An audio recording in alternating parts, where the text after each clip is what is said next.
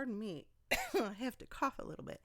How are you today? I'm Isawellen, and this is Isawellen Stories, and I'm reading my own rough draft work with mistakes and hairy parts out and all. Today is chapter 5, and I will be highlighting and clicking and finding errors as I go along, but I'm going to read it raw. In the nude, as they say, I guess. And it's a short chapter. Afterwards, we'll get to some chatty bits. And I thank you so much for listening along to this story. I have a major, announcement, error. I don't know, something at the end. So I hope you'll listen all the way through. So without much further ado, here is Blue Blood, chapter 5. We left the red house behind us. Mrs. P's pirogue swayed beneath me, and I eyed the water warily. Rufus had a habit of giving it a nudge now and then. That's actually how Mrs. P came across the boat.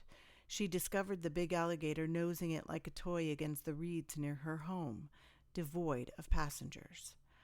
I slathered every bit of my exposed skin with bug repellent, fully aware it wouldn't be entirely effective. Despite the heat, I wore 2 layers of long sleeves and my jeans as extra protection against the tiny, blood-sucking pests that tormented me. Mrs. P had looked at me with amused disbelief when she saw my attire. What did she expect? I knew from my previous walks outside how 100 mosquito bites would affect me, and the dotted scars where I scratched myself raw were a testament to that. I wanted to avoid what I could. The fine, handsome, and unbothered Mr. Callan Rise stood at the front of the boat, poling us through the water with that maddening, flowing ease of his. His muscled arms were exposed to the light, the skin pale in defiance of the elements, as white as his inner monster was black. Innate magic created an aura of delicate, shimmering waves around his body that made me think of sunlight kissing water. I could see the blue-black stallion in him with every move of the pole. He loomed above me, tall and lean, hair down to his shoulders catching the breeze, the moody light turning it slick as oil. Every now and then he sent a glance at me from over the broad angle of his shoulder, eyes glinting with thoughts I couldn't guess at, amusement maybe, or just the cold calculation of a blue blood sizing up another meal. He didn't sweat, didn't grunt, didn't even breathe hard in the heat. Clinging to his chest with the damp, his shirt revealed the hard lines beneath. I caught myself staring, a fly to his spider, at the way his shoulder blades, the defined line of his spine, led to the curve of his ass, before I forced myself to stop, heat prickling my neck. He was too beautiful, too perfect, a water spirit born to captivate fools to come closer. I always felt like such a fool when he was around, too willing to drown if I could just pet him a little. Eyes on the water, Red Blood. Who knows what might be lurking, he said. You keep your gaze on the water. I'm just a helper here, I replied. He laughed. The devious sound vibrated through me like a purr, and I enjoyed it and wanted to hear it more. What was wrong with me? Was I that desperate to get laid? Yes. Yes, the answer was yes, and that was the last thing I should be thinking about while alone with a man like this. We made good time, slipping by the trees like a slow-motion picture show. I spied a few shacks in the jungle of green, eaten up by kudzu, and one old broken pier that might have a road attached to it somewhere, but mostly it was moss-draped cypress trees I saw, making it hard to tell where we had come from and where we were going. To find Mrs. P's place, I'd use a mapstone, good for one try, stolen from my dad. Without it, the swamp would have swallowed me up. The dense foliage and twisting trails blurred into a wall of green. It seemed like he dragged us along for hours before stopping beneath the gnarled branches of the most frightening tree I'd ever seen. "What the hell is this?" I asked. Kalen didn't answer.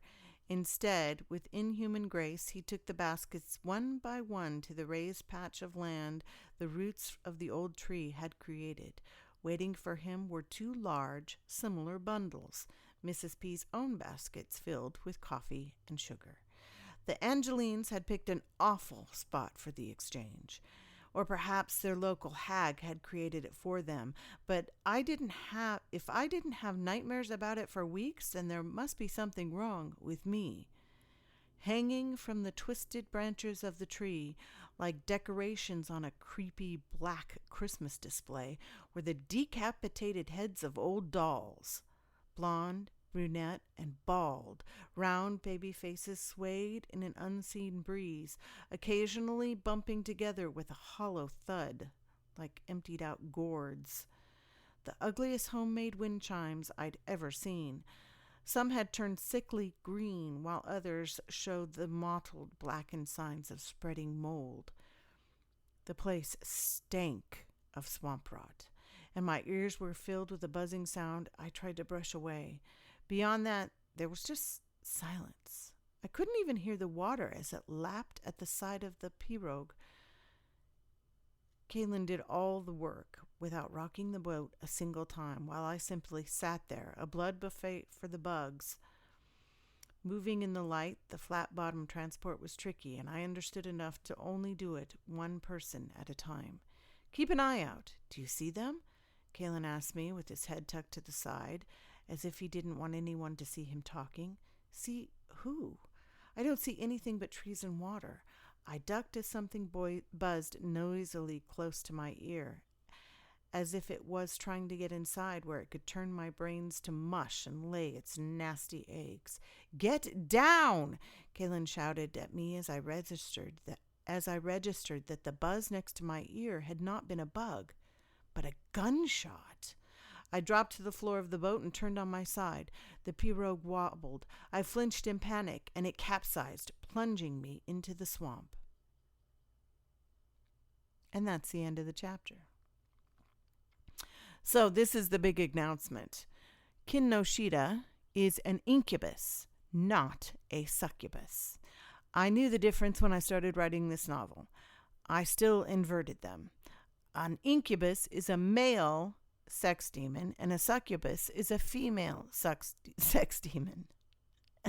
I know the difference. I still got it wrong. We can blame dyslexia or just lazy thinking or whatever, but there you go. That is my major announcement. What an error. And now it's all recorded, and 5 people out in the world have heard me make the mistake. But I've gone back into my ream and hopefully found all the errors.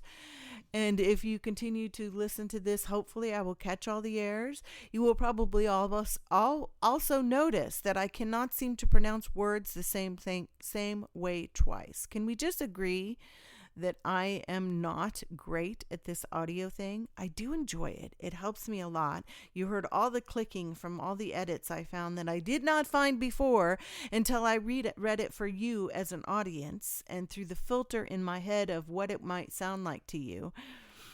But there you go. So any other updates? Well, the page for buying one-time insights into the story, one-time changes.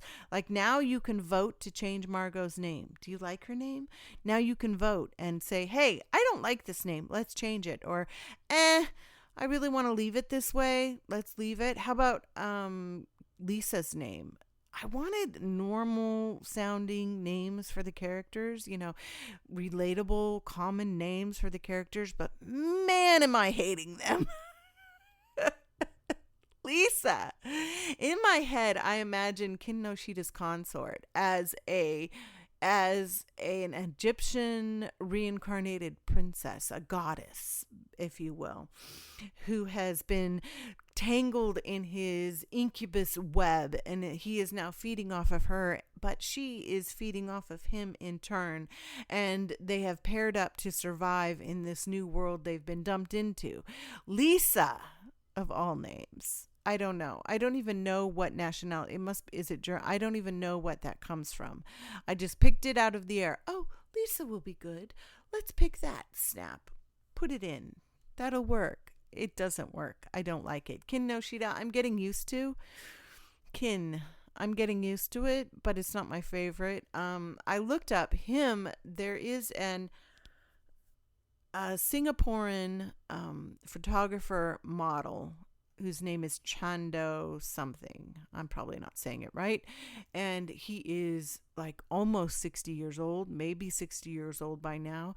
But his genes are so perfect that he looks like he is in his 30s or his early 40s. There is a maturity to his face that is not represented in lines or bad living. It's just a maturity in his jawline and in his eyes that is not necessarily in his skin. So some would say he only looks like he's in his late 20s. He is a tall, beautiful, muscled man with black hair and black eyes that I was thinking of when I created the character Kin no Shita.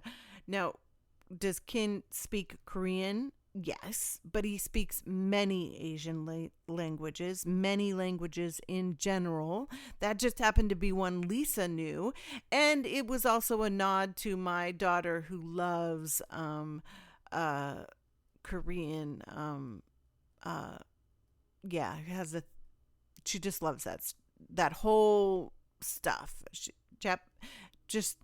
I don't want to be rude and generalize it all together, but I can't tell you where all her manga, and anime and all that comes from. I know it comes from a broad spectrum. And so it's a nod to that and to K-pop and to some of those beautiful cosplay costumes that I see that tend to be Korean on Instagram. So it's a nod to that. I don't have to keep it in the story. I can keep it out. I don't need to sexualize any kind of culture, but let's be honest, the culture that I'm pointing to has a massive kind of manga, and I did want to pull, because this is a different world and I want to grab from all kinds of cultures and all kinds of places, and he is an incubus. So there you go. There's a whole she made me sit down and watch it. But this is where my memory is, people. And this book is just for fun. So don't come at me, okay? I'm not married to anything, and no insult is meant to any culture. And it's one reason why I love fantasy, is because you can just make things up and not have to worry about, feeling like you're hurting any people group anywhere. And I think I have his name up too. You could change that. You can also key in a deviation for add a character, take out a character, a minor character. What would a minor character be that I could remove? I could possibly remove Mrs. P's children, although I wasn't planning on doing that. I actually have a plot line set up for that. I could possibly remove Lisa. She's a minor character. I could, there are all kinds of things you can do here. And I am looking forward to playing and having lots and lots of fun. I got to call my son. I just got a text. Whee! So, hey, that's the update. Check out the page. Check out the links. I think I'm going to have a picture, an inspiration picture. Did I post that yet? Of Chando in my next post on Substack. So come and check that out. Maybe get to see who I'm talking about. His unique, how he can be almost 60 and look mature, but not look his age. I don't know.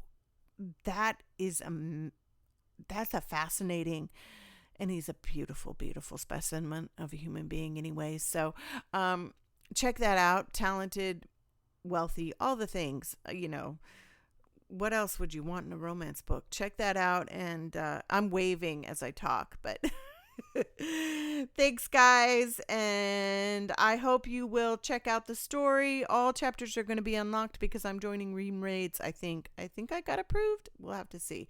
But have a great week, and I'll be here next week at some point in time to read more.